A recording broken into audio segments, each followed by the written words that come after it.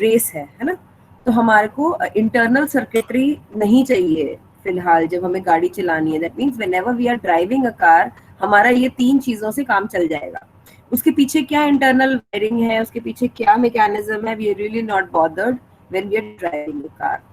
Now me myself, I have the least idea कि कौन सी तार कहाँ कनेक्टेड है, right? So what all we need when we're driving a car is your race, your accelerator, that is your race, your clutch, and your brake. So these are the 3 things which are required. So that is enough. Once we have these 3 things, we do not require anything else. So that is your abstraction, that we are not presenting the complete details to the outside world, and we are hiding whatever details are not required for executing the program, right?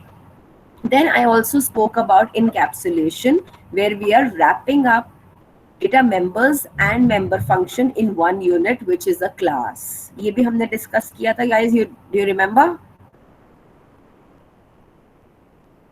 यहाँ पे ये देखो, हमने class बनाई थी item, हमने इसमें ये 2 डेटा मेंबर्स बनाए थे, इंट नंबर और फ्लोट कॉस्ट, और हमने यहाँ पे 2 मेंबर फंक्शंस दिए थे, ये 2 मेंबर फंक्शंस, और ये दोनों जो है इनको हम रैप अप करते हैं एक ही यूनिट में, जिसको कि हमें क्लास बोलते हैं। यू ऑल रिमेम्बर कि भूल गए?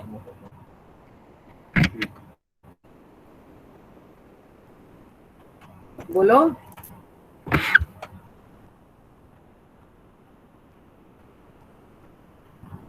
You guys remember? Yes, ma'am. Okay, so let's move forward. We will start with inheritance today, and once we are done with inheritance, we will talk about polymorphism, and we will be done with this unit. Okay, so inheritance is basically the capability of one class to inherit the properties of another class. Now what I do, I'll just take a word, a page, so that I can explain it to you. One second. अब मैंने एक class बनाई, कर देते हैं so that you can see it.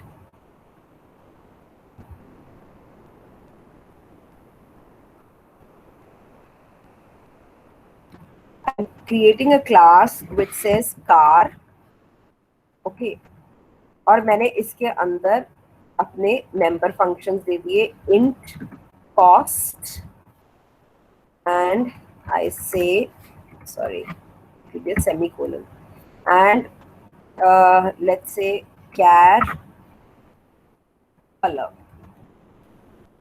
तो हम array बना देते हैं कलर का, let's say 20. ठीक है, so this class car is going to be containing 2 data members which are cost and color. ठीक है, cost की वैल्यू हम इंटीजर में लेंगे, हम इसको फ्लोट भी ले सकते हैं in case we want to work with decimal values, I told you. Okay, and then you can take the color to be character, because हम चाहते हैं कि इसका कोई कलर हो, स्पेसिफिक हो, और उसको हमने 20 प्लेसेस तक रिजर्व कर दिया है. It can be a black color, it can be a white color, it can be a yellow, blue, red, whatever. Okay, so हमने ये 2 अपने डेटा मेंबर्स डिक्लेयर कर दिए हैं कार के लिए. Is it clear? Yes ma'am. अब इसके बाद मैंने 2 फंक्शंस बना दिए, void, लेट्स से चॉइस, कि हमें कौन सा कलर चाहिए, और मैंने एक और फंक्शन बना दिया void, let's say calculate underscore cost. ये हमने 2 फंक्शंस बना दिए. अब मैंने क्या किया, मैंने इसी कार का एक चाइल्ड बनाया. ये जो मेरी क्लास बन गई कार, इसमें मैंने एक क्लास बना दिए, क्लास लेट्स से मारुति, या let's say whatever, any car. Can you name any car?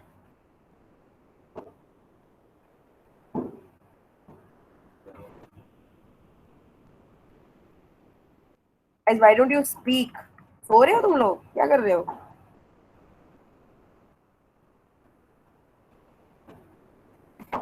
बोलती नहीं है एक तो ये क्लास, समझ नहीं आता क्या तुम लोगों को? कोई कार का नाम पता किसी को इस क्लास में? Scorpio, ma'am. हाँ, Scorpio. अवेंटेडर मैम। स्कॉर्पियो, चलो ठीक है, स्कॉर्पियो। ठीक है, अब ये हमारी क्लास हमने बनाई स्कॉर्पियो। ये जो क्लास हमने बनाई है, हम चाहते हैं कि इसमें सारे के सारे फीचर्स कार के आ जाएं और कुछ फीचर्स हम इसमें नए डिक्लेयर कर दें। Are you understanding what I am saying?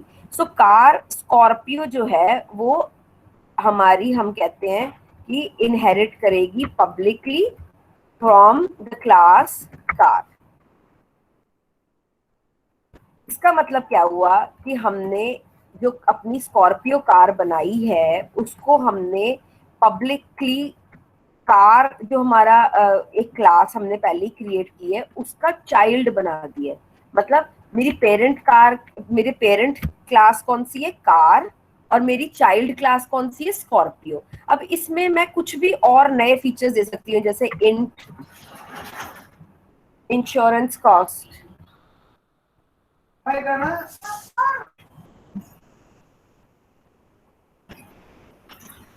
ठीक है, तो हमने यहाँ पे क्या किया? हमने यहाँ पे इंश्योरेंस कॉस्ट करके एक डेटा मेंबर डिक्लेयर करा।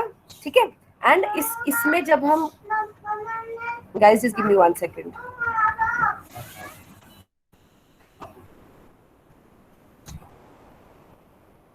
Okay, their kids in my house, guest आए हुए हैं, सो ओके। तो अब देखो, अब हमने ये जो स्कॉर्पियो कार बनाई, बच्चे आप सब ध्यान से सुनो। यहाँ पे स्कॉर्पियो जो हमने ये कार बनाई है, ये जो हमने एक सब क्लास बनाई है, ये मैं चाहती हूँ कि पेरेंट जो हमारी क्लास है कार, उसका चाइल्ड बने। ठीक है, अगर हम इस तरह से इनहेरिट करेंगे एक पेरेंट क्लास से चाइल्ड क्लास, तो क्या होगा कि चाइल्ड क्लास से वो सारे फीचर्स आ जाएंगे जो मेरी पेरेंट क्लास में ऑलरेडी हैं। Let's go back to the PPT and try and understand what it is saying. It is the mechanism of deriving a new class from an old one by reusing the properties. Reusing the property का क्या मतलब है कि जो भी member functions और data members मैंने parent class में बनाए हैं वो automatically हमारी child class में आ जाएंगे। समझ आ रहा है? Guys, when you don't respond, I take it to be कि तुम्हें कुछ समझ नहीं आ रहा,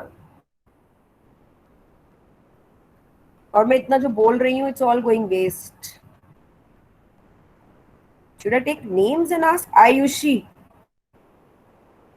Yes, ma'am. समझ आ रहा है? Yes, ma'am. सुन रहे हो? Amanpreet,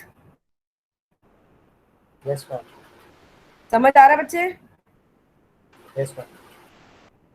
Himanshu, Yes, ma'am. समझ आ रहा है बेटे? Yes, ma'am. Okay. So when I am creating a class and I am deriving a class from an existing class, that means I am carrying out the phenomena of inheritance. तो जो हमारी parent class है, यहाँ पे आप देख सकते हो, I'll just run a slideshow. यहाँ पे ये जो आपकी पेरेंट क्लास है वो क्या है?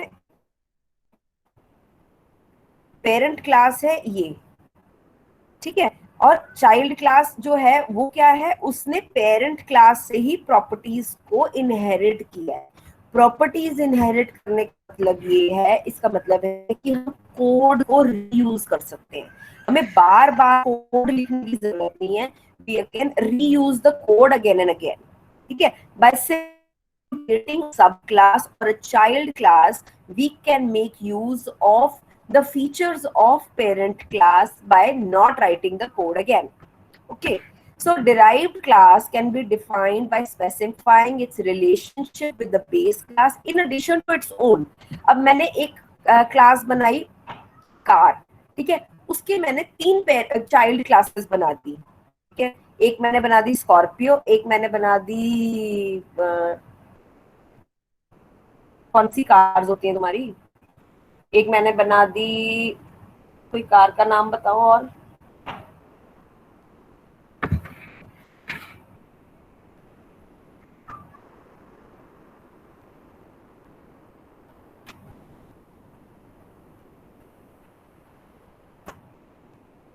ठीक है, तो हमने एक बना दी स्कॉर्पियो फॉर एग्जाम्पल, एक मैंने कौन सी है ये तुम्हारी बड़ी बड़ी गाड़ियां कौन सी हैं, एक लैंसर बना दी, ठीक है, एक हमने BMW बना दी और एक मर्सिडीज बना दी। चलो ठीक है, तो ये जो हमारी सब क्लासेस है या जो चाइल्ड क्लासेस हैं, इनमें ऑटोमेटिकली पेरेंट क्लास वाले फीचर्स होंगे।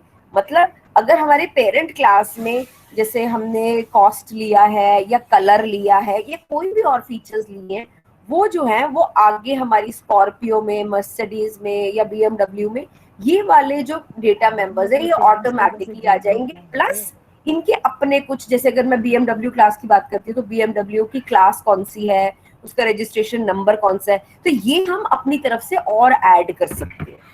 ठीक है, सिंटैक्स इसका क्या होता है कि इसका लैंग्वेज ग्रामर क्या है जो हम लिखेंगे। मैंने तुम्हें पहले भी लिख के बताया है कि पहले हमने क्लास का नाम लेना है। जैसे मैं लिखूं क्लास, मैंने भी लिखा भी था क्लास, मैंने अभी बनाई थी हमारी, ठीक है, मैं एस लिख रही हूँ, फिर हम यहाँ पे एक कोलन लगाएंगे। इसका विजिबिलिटी मोड कैसा है, हम लेते हैं पब्लिक। मोस्टली हम पब्लिक ही यूज करते हैं क्योंकि पब्लिक हमारे सारे के सारे फीचर्स जो है वो इनहेरिट हो जाते हैं, पब्लिक। और फिर यहाँ पे आ गया हमारा कार, बेस क्लास का नाम। तो ये है तुम्हारा सिंटैक्स या ग्रामर जिसमें कि हम लिखते हैं। जो भी हम क्लास में करते रहेंगे, तुमने मनदीप मैम को बताना है कि मैम हमने ये किया है, आप हमें इसका प्रोग्राम करा दो क्लास में। ठीक है, visibility mode is optional. Visibility mode क्या है, ये जो हम लिखेंगे पब्लिक, प्राइवेट, प्रोटेक्टेड, ये ऑप्शनल क्यों है, क्योंकि ये आपकी मर्जी है। बाय डिफॉल्ट जो है वो हमेशा प्राइवेट रहता है। अगर आप यहाँ पे कुछ नहीं लिखोगे, अब अगर आपने यहाँ पे पब्लिक नहीं लिखा तो ये ऑटोमेटिकली प्राइवेट ले लेगा उसको। Is it clear? Yes ma'am. ठीक है, सो विजिबिलिटी मोड का देने का हमारा ये मतलब होता है कि हम चाहते हैं कि किस मोड में हमारी इनहेरिटेंस हो। ये हम करेंगे आगे कि किसका क्या फायदा है और किसके क्या फीचर्स हैं। ठीक है, अब हमारे पास अलग अलग तरह की इनहेरिटेंस है। एक तो हमारी सिंगल लेवल इनहेरिटेंस है जो कि एक बेस क्लास है, और एक बेस क्लास है और डिराइव्ड क्लास भी एक है। एक हमने बेस क्लास बना दी जिसको कि हमने बोला कार, ठीक है, और एक ही हमने डिराइव्ड क्लास बनाई है। जैसे कोई भी गाड़ी, जैसे मेरे पास XUV है तो हम लिख देते हैं XUV, ठीक है, 500। तो ये क्या है, ये है हमारी सिंगल इनहेरिटेंस। समझ आया? एक ही पेरेंट क्लास है या बेस क्लास है। इस बेस क्लास को आप पेरेंट क्लास भी बोल सकते हो, ठीक है, और एक ही आपकी डिराइव्ड क्लास, ये पेरेंट क्लास है, ये डिराइव्ड क्लास है, या इसको आप चाइल्ड क्लास भी बोल सकते हो। इसमें लिखना बहुत मुश्किल होता है, स्टिल आई एम ट्राइंग। ठीक है, मल्टी लेवल इनहेरिटेंस क्या होता है कि पहले हमारे पास एक बेस क्लास है, फिर हमारे पास एक सब क्लास है, ठीक है, और उसके आगे हमारे पास एक और सब क्लास है। जैसे हमने एक क्लास बनाई ग्रैंडफादर, ठीक है, ये जी हो गया, ठीक है, इसमें से हमने इनहेरिट करी एक क्लास फादर, ठीक है, ये एफ आ गया, और इसमें से हमने फिर एक इनहेरिट करी, इसको हम बोलते हैं सन।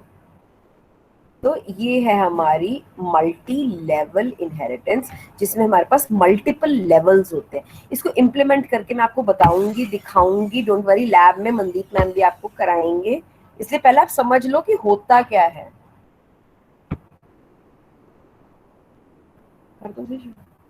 ठीक है, मल्टीपल इनहेरिटेंस क्या है? मल्टीपल इनहेरिटेंस है जब हमारे पास दो बेस क्लासेस हैं। जैसे एक हमारे पास बेस क्लास है कार और एक हमारे पास बेस क्लास है SUV,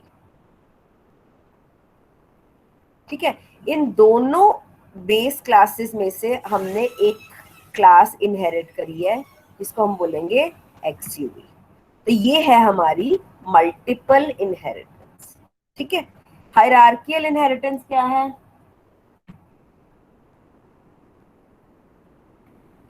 हायरार्कियल मतलब एक बेस क्लास, जैसे कार एक बेस क्लास है और इसके आगे सब क्लासेस हैं, जैसे एक्सयूवी एक हो गया, BMW एक हो गया, ठीक है। फिर तुम्हारी स्कॉर्पियो एक हो गया, ठीक है। तो ये है हमारी हायरार्कियल इनहेरिटेंस। इसको इम्प्लीमेंट करके सब आपको लैब में दिखाया जाएगा, इसलिए डोंट वरी। ओके।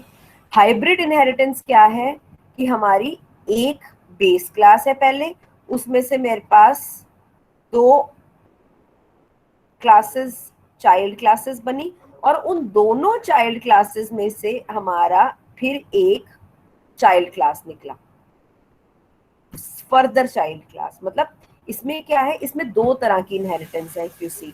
एक तो ये मल्टी लेवल है, एक लेवल ये है, एक लेवल ये है और एक लेवल ये है, तीन लेवल्स हो गए।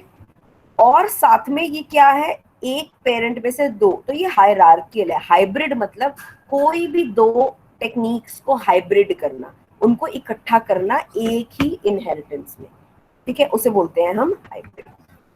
So this is about inheritance. मैं चाहती हूँ कि आप लोग आज इनहेरिटेंस के बारे में पढ़ो, go on the net, study about inheritance, and in case there is any doubt you can please ask me right now. किसी को कोई क्वेश्चन? अभी मैंने तुम्हें कोई इम्प्लीमेंटेशन नहीं बताई, मैंने सिर्फ तुम्हें सिंपल इनहेरिटेंस बताई है क्या होता है। एक एग्जाम्पल के थ्रू मैंने तुम्हें बताया है कि किस तरह से हम डिक्लेयर करते हैं, ठीक है। इस क्लास में हमने एक कार क्लास बनाई है और हमने एक इनहेरिटेड क्लास बनाई है स्कॉर्पियो, ठीक है। तो ये है आज का लेक्चर ऑन इनहेरिटेंस। मैं चाहती हूँ आप इसको पढ़ो, आपकी PPTs, I don't know whether I have uploaded it on the Google classroom और नॉट। गूगल क्लासरूम पे मैंने डाली है आपकी पीपीटी की नहीं? मैम डाल बताएगा कि हाँ? Is it there? Guys, I can't hear you today properly.